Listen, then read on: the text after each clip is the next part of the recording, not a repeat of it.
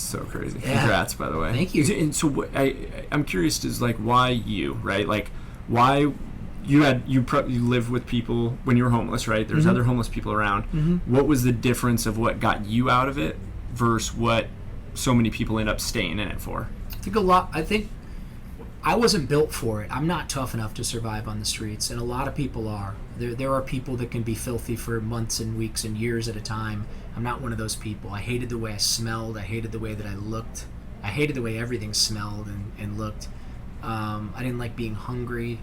I wasn't tough, so I couldn't handle myself in certain situations, and I was constantly in a state of panic and fear. There's a lot of other dudes down there that I remember that were tatted up in the right way and had the physical fortitude to just go on. I mean, there are certain people, there's lots actually, that like will do what's called getting well. They will like get well in the morning, meaning they'll get their dope and they'll do it, and then they'll stop being sick, and then they'll go about and be somewhat productive. I wasn't that guy. Okay. I was the guy that would like get well, and then I got to mix some coke with it, and then I got to do coke and heroin together, and then I got to get some crack, and then I got to shoot some more, and that shot wasn't big enough, so I'm such a person of extremes that I was the guy like having the seizure on the ground while everybody else was like, fuck, get that guy away from us, he's gonna get us busted.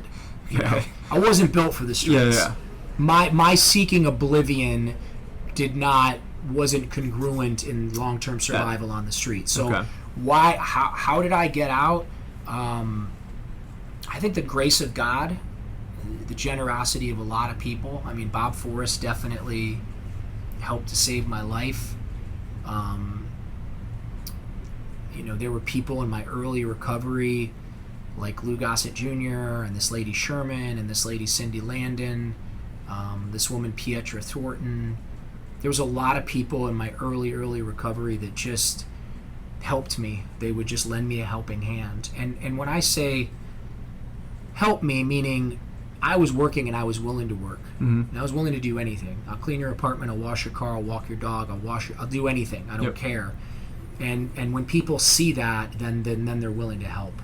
That you're willing to put something into it. Yeah, I get messages on Instagram. I'm actually taking pictures of them now, and at some point I'm going to compile them all. But I'm getting messages from all over the world. It's amazing. Literally from most of them are 90% of the messages are amazing, but there's hundreds of people that are like, can you pay off my student loans? Will you buy me a house? Can I borrow $500,000? Like I take pictures of them now just because it's gotten to the point where it's so ridiculous because people are so ignorant to believe that everything they see on social media is true. They see me on my friend's private jet, and even though I say underneath like this is not my jet, disclaimer, like, they're still like, dude, can I borrow $500,000? I want to start this business. And and when I do comment back, which I almost never do, but when I do comment back and say things like, they're like, please, I need your help. I'm like, oh, okay, here, this is what you need to do.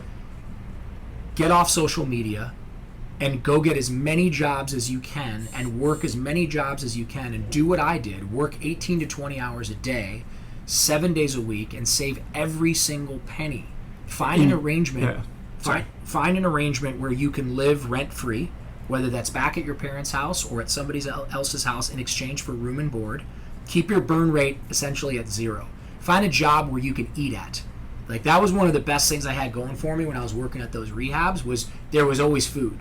So normally, like especially in LA where people who are broke spend $18 on avocado toast, even 16 years ago, like, instead of spending $40, $50, $60, $70 a day, I was eating at work. And when I tell people stuff like this, a lot of times they'll fire back like, well, come on, man, people helped you. Why can't you just help me? And I'm like, I am.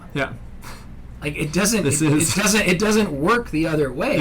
When I was newly clean and sober, my first couple of years of sobriety, recovery, whatever you want to call it, if someone would have handed me a chunk of money, I'd be dead right now. Because you go right back. Of course. Or I would have messed up my life and be living a miserable existence and blaming everybody and resentful at everybody. And, I remember very specifically my first couple of years, like, looking around at everybody. I would always notice Range Rovers because there's a lot of them out here. It seemed to me like everyone drove a Range Rover. Yep. Right? How is that? Every kid's got a Range Rover. Every hot mom's got a Range Rover. Every daughter's got a Range Rover. Like, everyone had a Range Rover.